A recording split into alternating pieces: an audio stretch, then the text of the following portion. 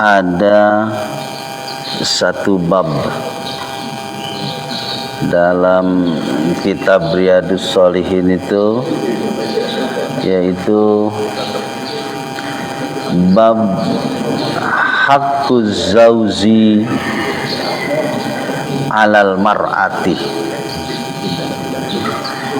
yaitu hak suami terhadap istri.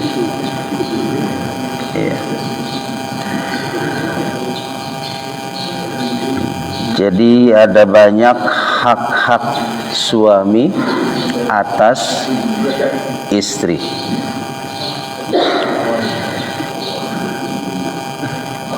Imam Nawawi Ad-Dimashqi memulai pembahasannya dengan mengutip ayat Al-Quran surat An-Nisa 34.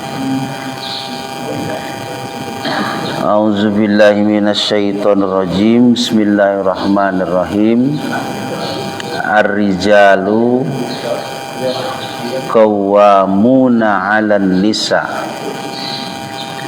bima faddalallahu ba'dahum 'ala ba'din wa bima anfaqu min amwalihim fassalihatu qanitatun hafizatun lil ghaibi bima hafizallah.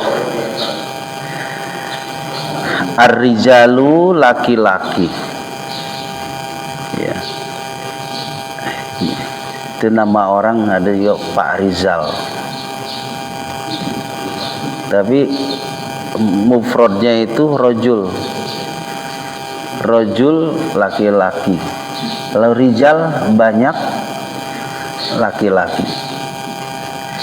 Jadi laki-laki qawwamuna,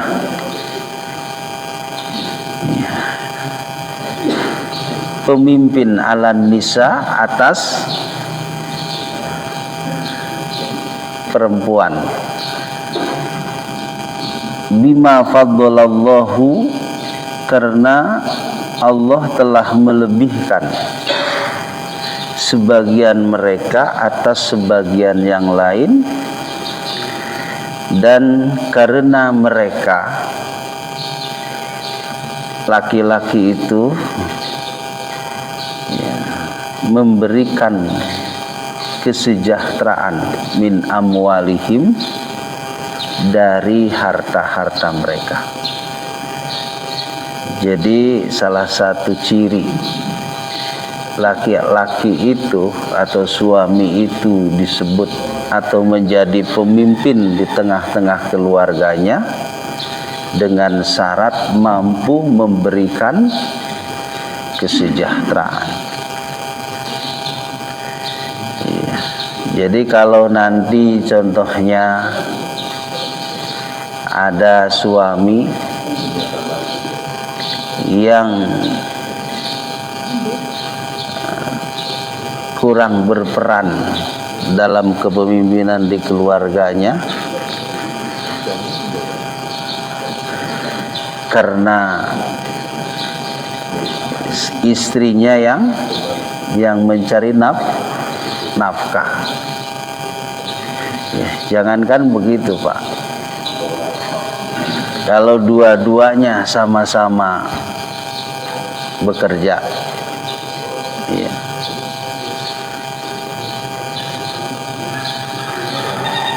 itu terlihat nanti, ya, posisi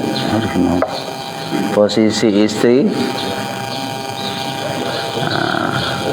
itu juga akan mendominasi. Gitu. Jadi kalau nanti istri nyuruh, itu kemungkinan ada. Jadi sekali lagi bahwa suami menjadi pemimpin di tengah-tengah keluarga itu karena mampu memberikan kesejahteraan. ya, dengan harta mereka, dengan harta suami itu, apakah itu nanti hartanya warisan atau memang dari penghasilannya, yang penting harta mereka. Oleh karena itu nanti pas-solihatu, maka wanita-wanita yang soleh, yang solehah, qanitatun,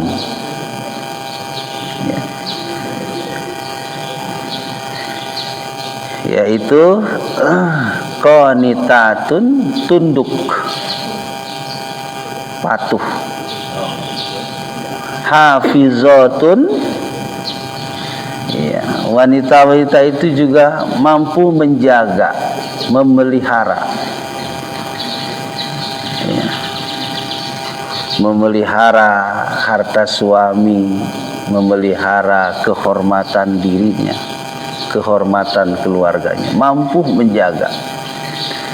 Lil ghaibi bima hafizallah, ya. Ya, tentu ketika suaminya tidak ada di rumah, ya. Oleh karena itu kalau nanti suaminya soleh, istrinya solehah, maka Allah turut menjaga keutuhan, keharmonisan, kerukunan keluarga itu, ya.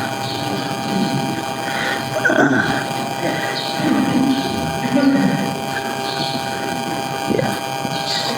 Jadi suami itu anfaku, memberikan nafkah. Jadi apa yang diberikan setiap hari itu adalah sedekah, infak yang diberikan suami kepada istri dan keluarga. Ya, ini kalau contohnya bapak-bapak berumah tangga 60 tahun atau mungkin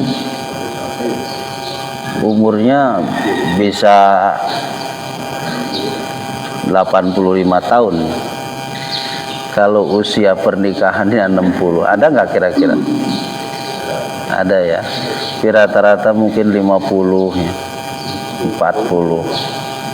Ya. Kalau 50 tahun. Ya.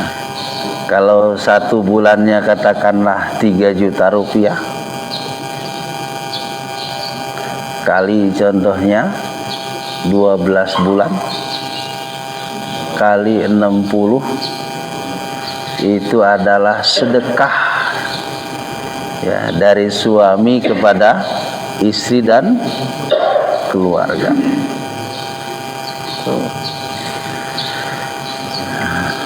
Allah menyebut itu adalah sedekah atau infak yang diberikan kepada keluarganya.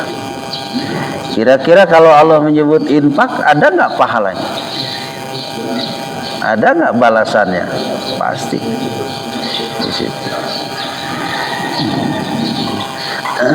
Nah ini. Jadi ketika suami begitu keras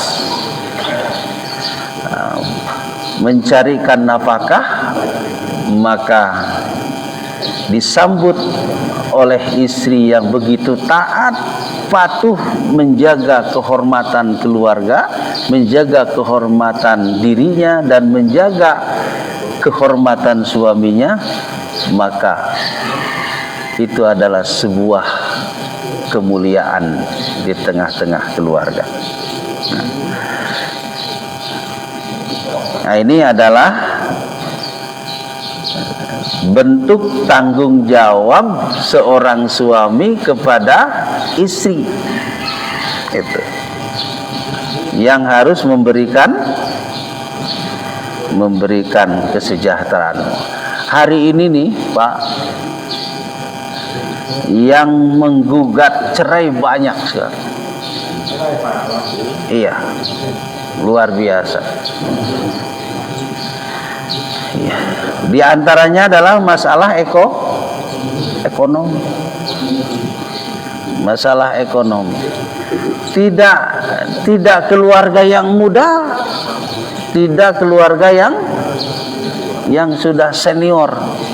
Di situ ada, di situ yang sudah mencapai 40 tahun usia berkeluarga, tumbang juga ada juga.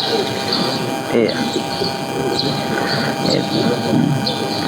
Makanya itu adalah dalam riwayat iblis itu komandan iblis itu memanggillah prajuritnya. Kata komandan iblis, sini kamu. Siap. Tuh di Masjid Al-Hikmah ada yang sedang melaksanakan akad nikah. Itu. Aku tugaskan kamu sambangi itu dan jangan kembali sebelum mereka keluarga itu hancur. Itu menjadi program iblis untuk menghancurkan keluarga. Artinya kalau contohnya kepada bapak-bapak, berarti iblis itu sudah hampir putus asa. Di situ.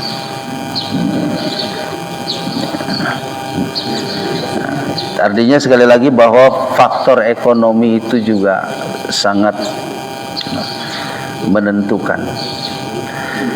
Ya, makanya Rasulullah SAW juga dalam hadisnya, kadal fakru ayyakuna kufr. Ya, kefakiran itu akan mengantarkan kekufuran. Ya, kekufuran itu tadi itu yang sudah Allah sambungkan kemudian diputus. Maka salah satu ciri orang fasik itu yang pertama adalah allazina yanqudunallah. Orang yang melanggar janji Allah yang sudah dia teguhkan. Ya. Yang kedua, wa yaqta'una ma amarallahu bihi ayyusala. Memutuskan apa yang Allah sudah sambungkan. Nah, salah satu adalah pernikahan. Allah sudah sambungkan antara kedua insan ini. Tiba-tiba dia putuskan. Maka itu adalah salah satu ciri orang fasik.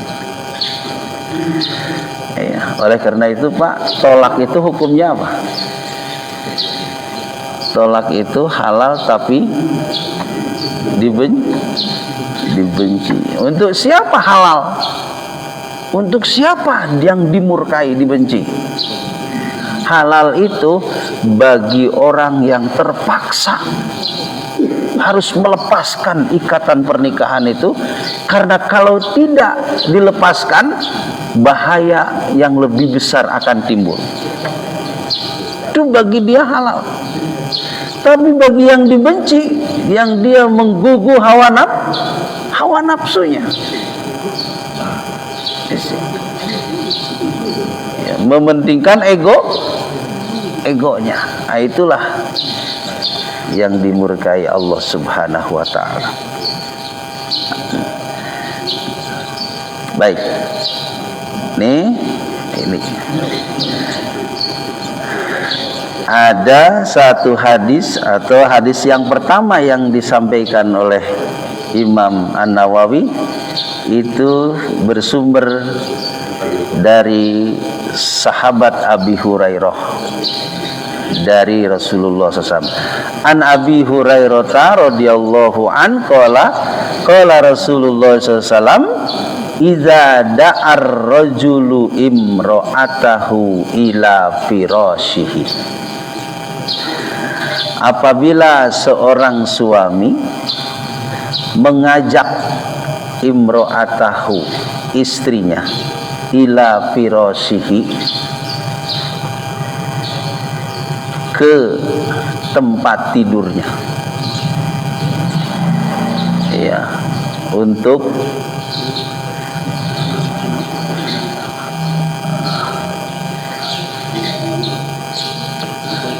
jadi seorang laki-laki mengajak, atau seorang suami mengajak istrinya untuk berhubungan, lalu istrinya menolak, falam ya'ti,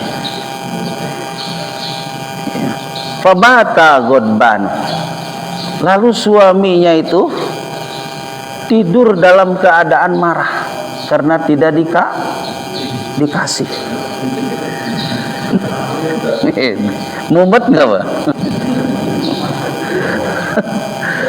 Iya, di situ. Iya.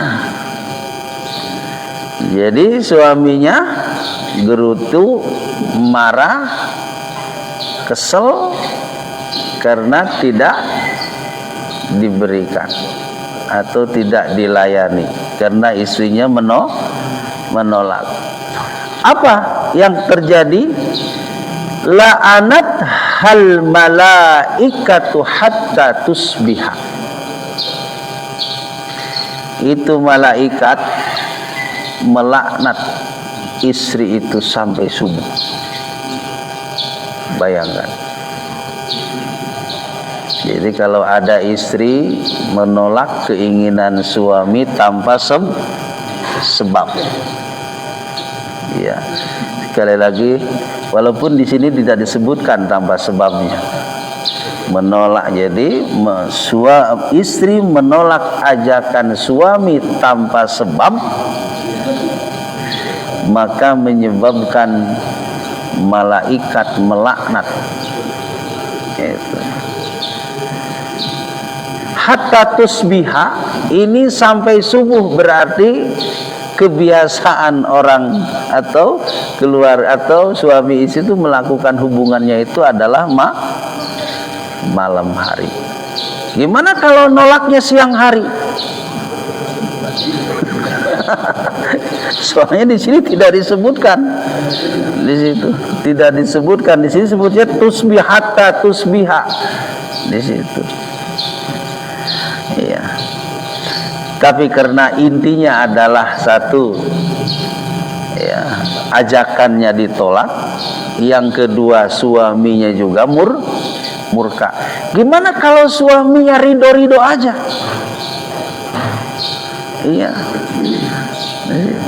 istrinya menolak atau tidak datang ke kamar, gitu, tidak melayani, tapi suaminya ridho, ikhlas, tanpa menanyakan kenapa tidak mau dan sebagainya, maka itu malaikat tidak akan melaknat, karena syaratnya di sini adalah, ya, menolak dan suaminya marah. Tapi kalau menolak suaminya ridho, aman. Di situ. Iya. Nah, ini adalah suami. Gimana kalau istri ngajak, suami enggak, istrinya marah? Biar kebalikannya kan. Kalau ini mah suami ngajak, menolak, kemudian marah, terjadi malaikat melaknat. Dibalik, istrinya ngajak, suaminya menolak, istrinya marah. Kira-kira dilaknat nggak sama malaikat suami itu?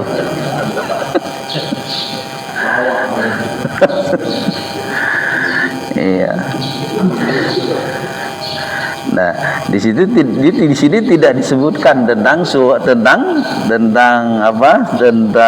istri di situ.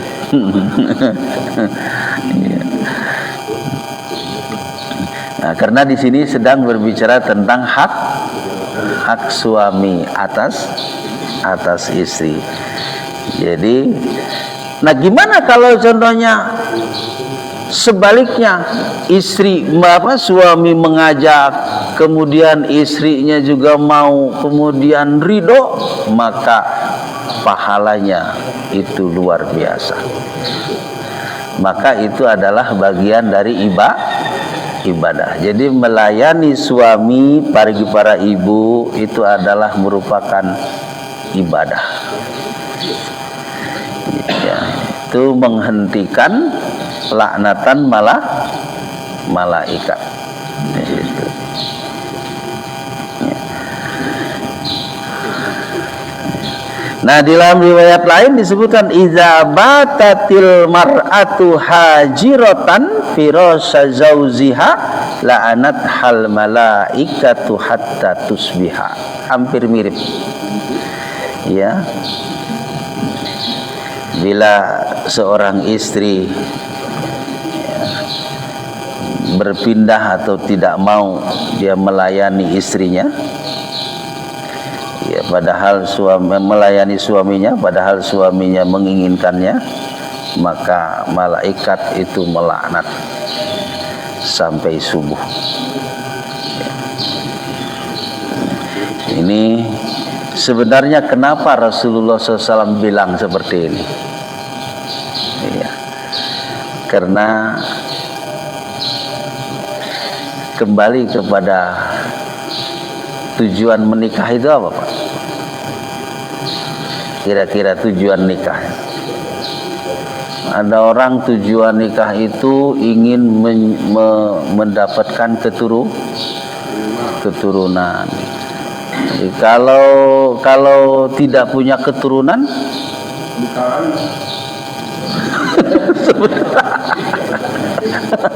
udahan itu, karena tidak tercapai tujuannya. Apakah tidak punya keturunan itu sudah bisa dijadikan alasan untuk orang itu berpisah? Nah, belum, Pak. Berarti kalau begitu bukan tujuan. Iya.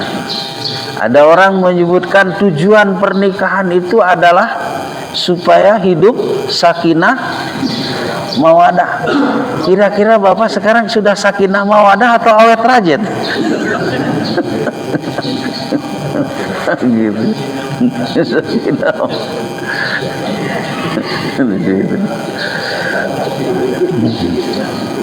Iya. Sebenarnya pernikahan itu menyalurkan hasrat biologis. Iya. Menyalurkan hasrat biologis yang tadinya haram, ya, yang tadinya perzinahan, setelah menikah menjadi halal. Itu. Oleh karena itu nanti kalau contohnya ada kelainan dari sisi biologis, tidak bisa melakukan hubungan, maka itu sudah bisa untuk menjatuhkan halal. Itu. Kenapa? Karena tujuannya tidak tercapai.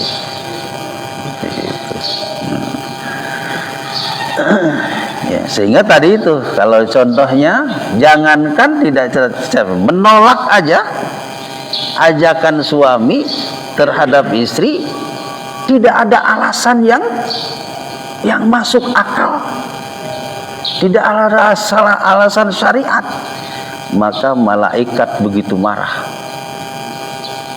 Kenapa? Kalau itu tidak terjadi, itu akan mengakibatkan hal yang lebih besar lagi madorotnya. Itu. Ini adalah hadis pertama. Ya. Hadis kedua ini juga sama, cuman redaksinya yang agak berbeda. Ya. Wallazi nafsi biyadihi, dan demi yang jiwaku ada di bawah genggamannya, ma min rajulin, tidaklah dari seorang laki-laki atau suami, yad'u, dia mengajak, imro'atahu, istrinya, ila firasihi, untuk atau kepada tempat tidurnya, fata'ba alaihi, kemudian istri itu menolak, illa kana allazi fis sama sahitun alaiha, ya, kecuali itu makhluk langit sahitun alaiha hatta yardo anha, murka kepadanya, kepada istri itu, hatta yardo anha, hingga suami itu ridho kepadanya. Ini pakai bahasanya allazi fis sama sahiton, jadi makhluk langit marah, murka kepada istri yang menolak ajakan suami sampai dia ridho suaminya. Jadi tadi itu, jadi kalau istri menolak ajakan suami, suaminya ridho, berarti malaikat atau makhluk langit tidak murka, tidak melaknat di situ. Ya.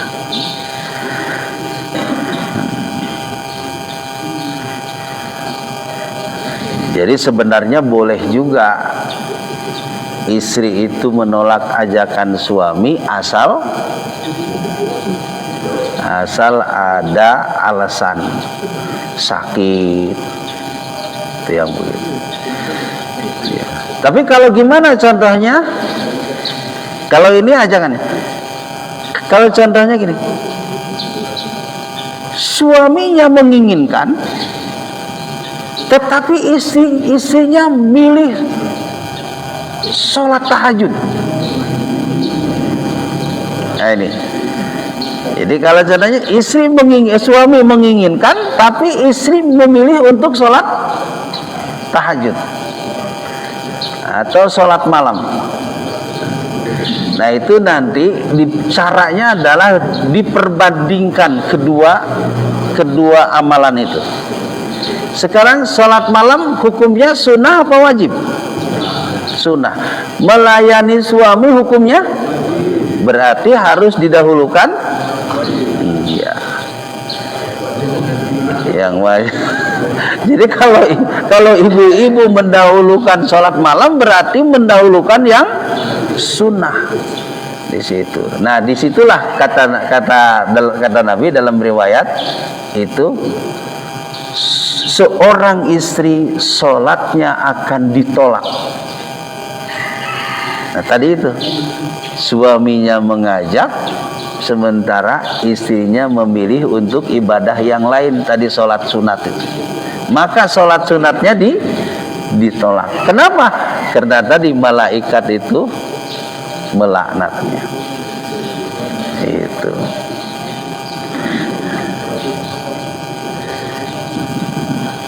Itu hadis yang kedua. Nah ini ada lagi hadis yang disampaikan atau yang dicantumkan dalam kitab itu, anna Rasulullah sallallahu alaihi wasallam qala la yahillu limra'atin antasuma wa zawjuha syahidun illa bi izni. La yahillu, tidak halal, maksudnya tidak sah, limroatin, bagi seorang istri, antasuma, dia puasanya tentu puasa sunnah, wajaujuha syahidun, sementara suaminya ada, illa biizni, kecuali karena izinnya. Jadi kalau ibadah-ibadah yang sunnah itu seorang istri khususnya puasa itu harus ada izin dari suami. Nah, kalau tidak ada izin maka la yahillu, tidak halal bagi dia untuk melakukan puasa. Itu. Nah, gimana kalau kasusnya begini, Pak? Nah, itu mungkin untuk ibu-ibu juga. Kasusnya gini, bapak datang jam 5 sore, istri lagi puasa, bapak kebelet.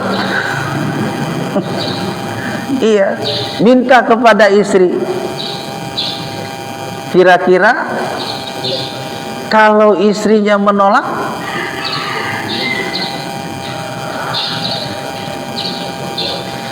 nah, gimana Pak?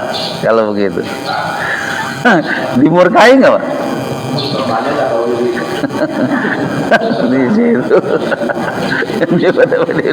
Tanyanya harusnya ternyata ke sebelah ke Pak Haji. Iya, di situ.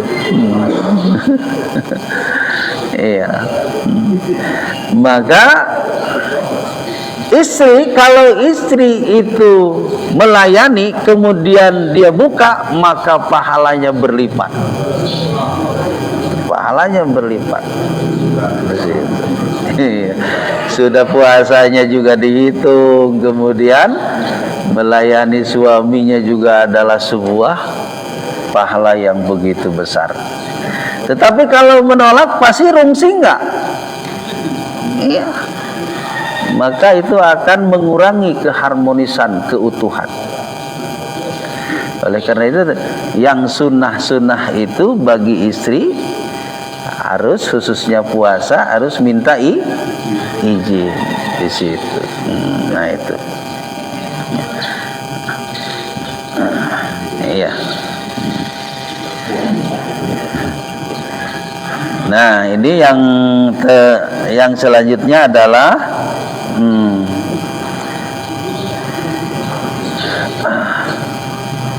kata Nabi, qala Rasulullah sallam, lau kuntu amiron ahadan ayyasjuda li ahadin, ya, seandainya aku boleh, kata Nabi, menyuruh seseorang untuk bersujud, maka kata Nabi, la amartul mar'ata antas juda li jauziha, aku akan suruh istri untuk sujud kepada suami. Ini saking tinggi, saking fullnya hak suami kepada istri, sampai sekiranya dibolehkan sujud, ya, maka kata Nabi, aku akan perintahkan semua istri untuk sujud kepada suami. Saking tingginya kekuasaan suami terhadap istri. Nah itu adalah diimbangi oleh apa?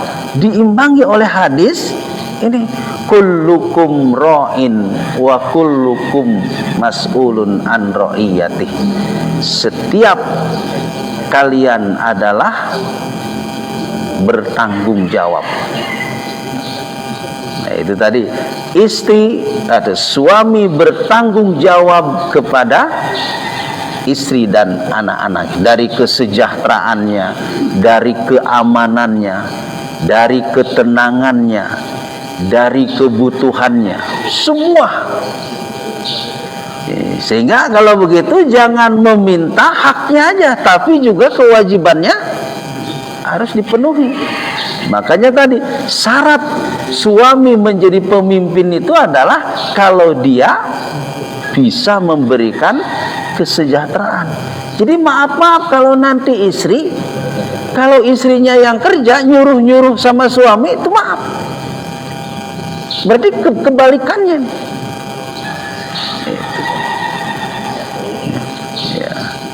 Jadi kalau tidak bisa memberikan kesejahteraan, istri nyuruh-nyuruh, istri jadi pemimpin, itu kebalikannya.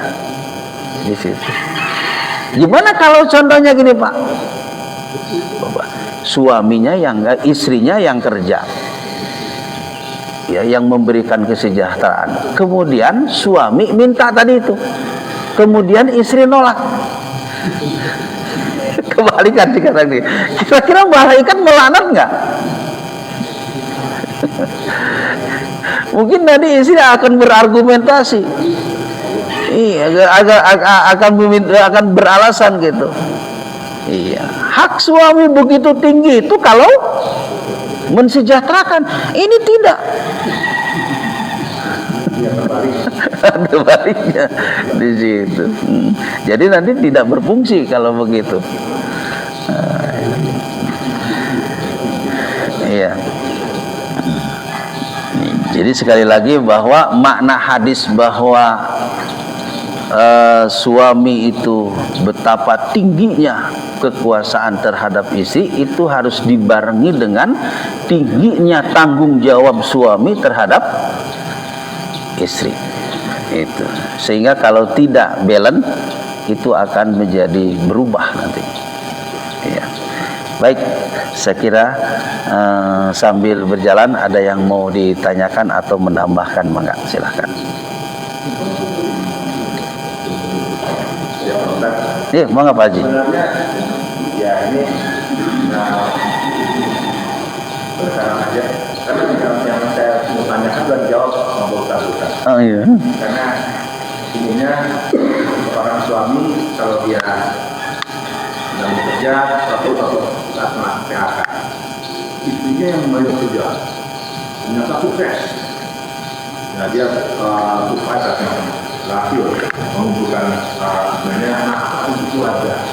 Lama-lama di situ memang terjadi perubahan kepemimpinan. Bahkan suaminya yang minta dilayani segala macam, tapi istri kerja keras malam, sampai akhirnya istri yang bisa dilayani ke suami. Artinya ya tolonglah kalau saya datang tuh udah ada minum, berapa gitu.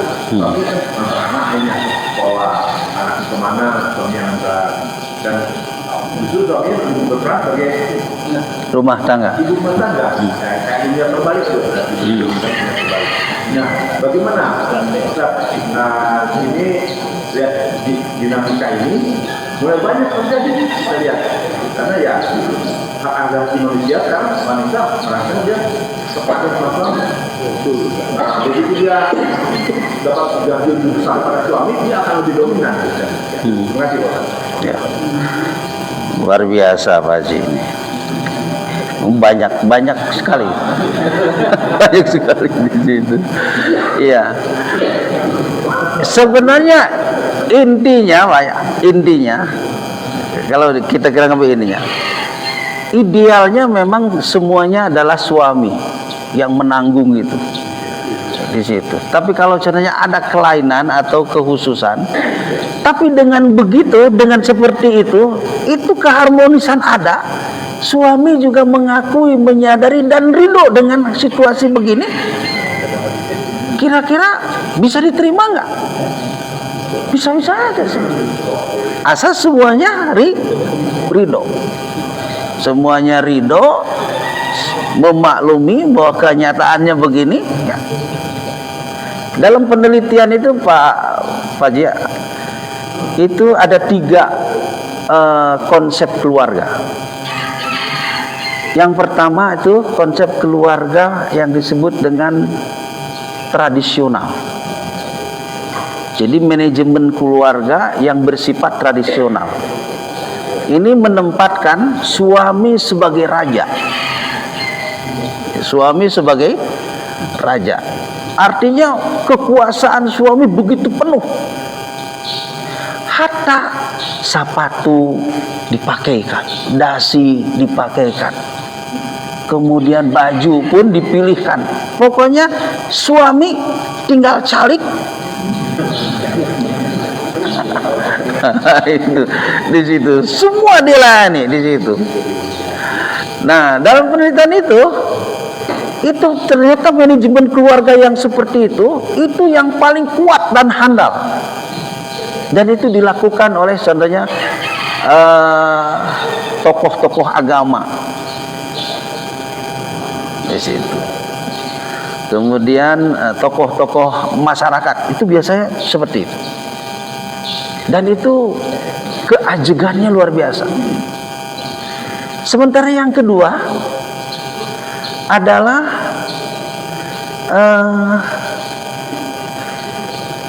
model manajemen keluarga modern. Nah, modern ini sebelum menikah sudah ada perjanjian, Pak. Ini contoh kata istri, saya ini bekerja. Jadi nanti kalau sudah saya menikah, kita menikah, maka suami tidak boleh memberhentikan saya bekerja. Tulis. Ada ya, Pak? Iya, semua nanti harta pun udah ada perjanjiannya di situ. Dan ternyata dalam penelitian itu tidak begitu ajeg, Pak. Iya, di tengah jalan kandas di situ. Nah, yang kedua, nah mungkin tadi itu kemungkinan istri bisa dari istrinya kerja, suaminya kerja, sehingga anak yang terlantar di situ. Nah, itu tadi tidak ajeg. Nah, yang ketiga itu adalah manajemen keluarga simetris namanya. Simetris itu gabungan antara tradisional dan modern di situ. Ada gabungan. Nah, sekarang mungkin ini agak banyak di situ.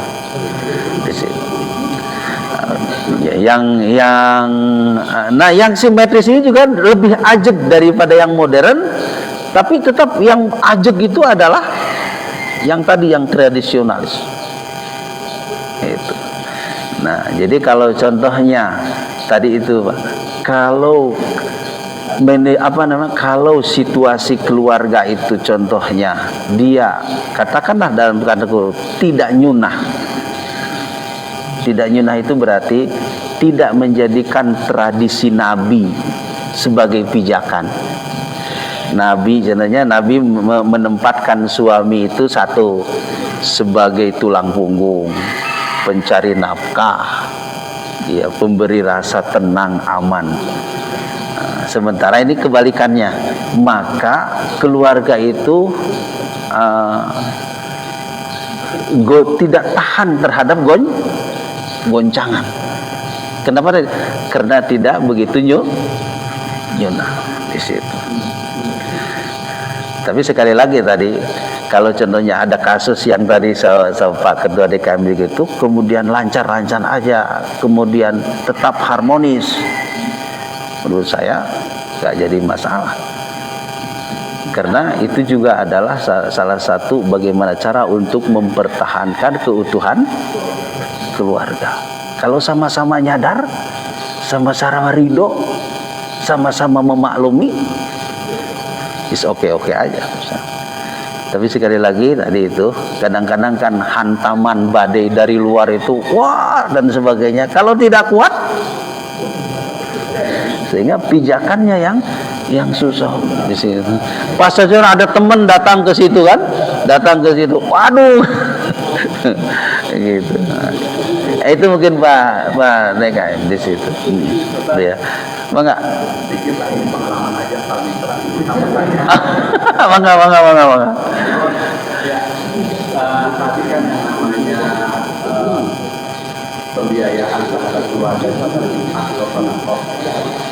Kira-kira ini pasti nggak terdapat itu. Misalkan kan kalau semuanya gaji dikasihkan ke pasti kita bilang, Mas, untuk ongkosnya, untuk ininya kayak gitu lah. Apa berlaku nggak kayak gitu? Iya. Sama di makna.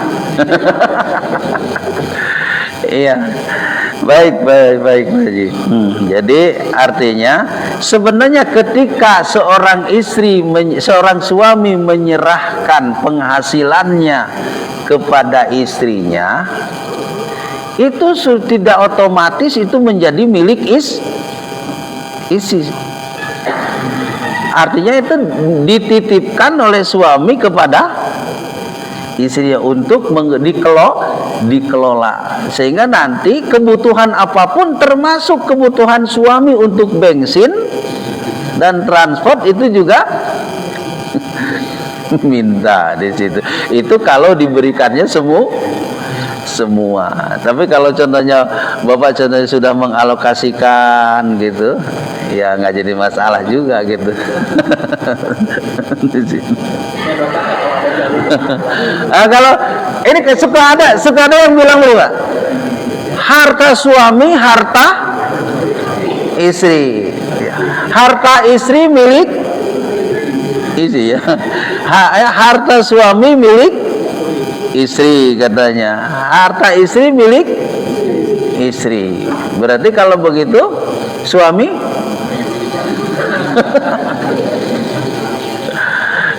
iya. Ya tadi logikanya begini Pak. Kalau untuk apa? Yang saya juga nggak tahu tuh. Ada sumbernya, contohnya harta suami milik istri, harta istri milik istri. Tapi kalau saya cara berpikirnya begini Pak. Ketika suami istri itu menikah, ya, istri milik siapa? Milik suami. Berapa jam? 24 jam. Tiba-tiba istri kerja 8 jam, dapat salary, honor. Kira-kira honor milik siapa? Tadi logikanya, istri itu milik suami 24 jam. Ya. Itu milik suami. Tiba-tiba istri melayani orang lain, kerja loh, ya kan, kerja melayani orang lain di situ 8 jam. Yang 8 jam itu milik siapa? Milik suami ya. Kemudian dapatlah honor. Kira-kira honornya milik siapa? Mestinya istri datang ke suami, Pak, ini honor saya serahkan kepada Papa, karena saya sudah menggunakan 10 jam contohnya untuk bekerja, tidak melayani Papa. Saya serahkan ini. Gitu. Lalu kata suaminya,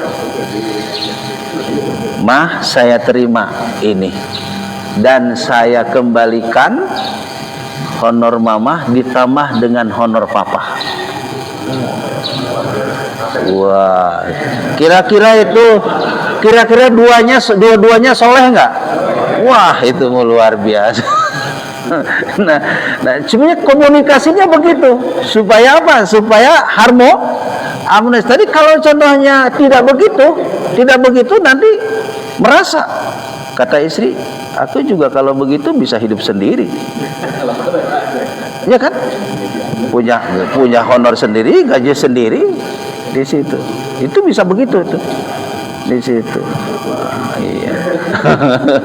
Di situ. Nah itu tadi itu karena tadi itu sedikit melanggar ketentuan sunnah itu, karena suami harusnya bekerja, istri di rumah. Nah itu Pak Haji di situ. Baik, itu mungkin Pak Haji di situ. Ada lagi kira-kira? Oh, mangga Pak Haji. Tadi kan kewajiban suami itu memang menafkahi rumah tangga istrinya. Nah sekarang kalau dilihat ibunya perlu dinafkahi lebih parah. Mana yang dahulukan ibunya, namanya istrinya, kewajiban kami. Luar biasa. Iya. Jadi istri punya ibu. Iya. Oh, suami punya ibu. Iya. Nah, gini Pak Haji. Kalau istri, dia ujung dari ridho itu siapa? Ridho suami. Kalau istri, ya, dia, makanya kata dalam hadis itu, seorang istri meninggal dunia suaminya ridho, masuk surga. Itu. Jadi seorang istri meninggal dunia, suaminya ridho, masuk surga. Sehingga ridho suami itu jaminan masuk surga. Kalau istri meninggal dunia kemudian suaminya murka, itu masuk neraka, beri kebalikan. Nah sekarang kalau suami ridhonya siapa? Ibunya di situ. Jadi kalau contohnya suami perhatian betul kepada ibunya, itu jangan dicurigai, jangan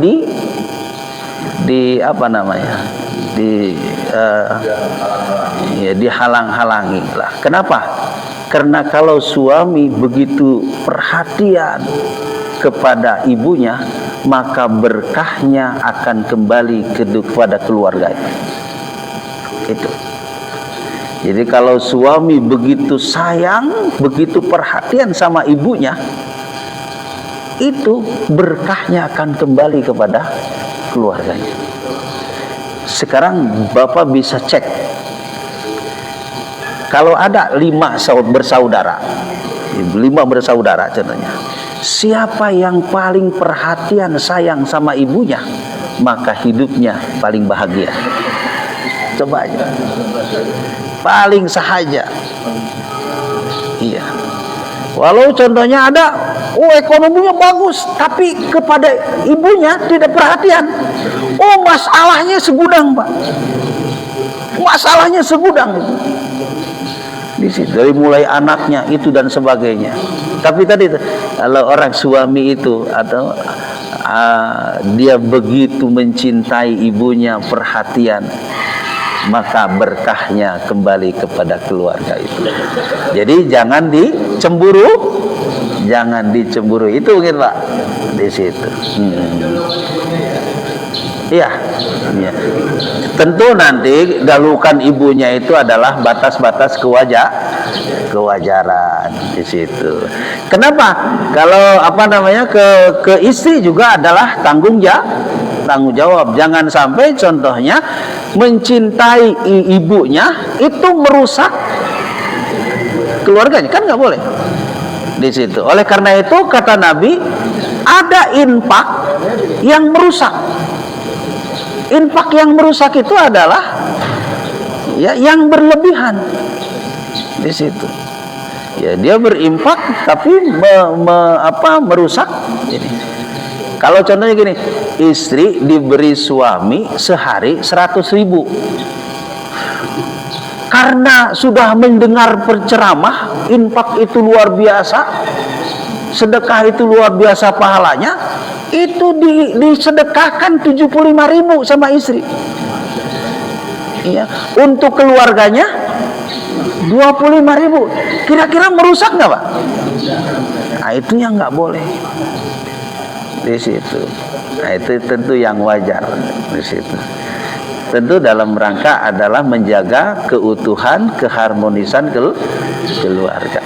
Itu. Baik, sekila ada lagi. Kalau tidak ada, kita cukup ya. Cukup ya. Saya doakan semoga Bapak Ibu semua diberikan kesehatan, keberkahan panjang umur, dan semoga sakinah mawaddah Allah berikan kepada kita sehingga keutuhan keluarga menjadi terjaga. Kita berharap yang memisahkan kita adalah umur. Iya. Semoga Allah mengampuni kita. Bismillahirrahmanirrahim. Subhanakallahumma wa bihamdika asyhadu an la ilaha illa anta astaghfiruka wa atubu ilaik. Walhamdulillahirabbil alamin. Assalamualaikum warahmatullahi wabarakatuh.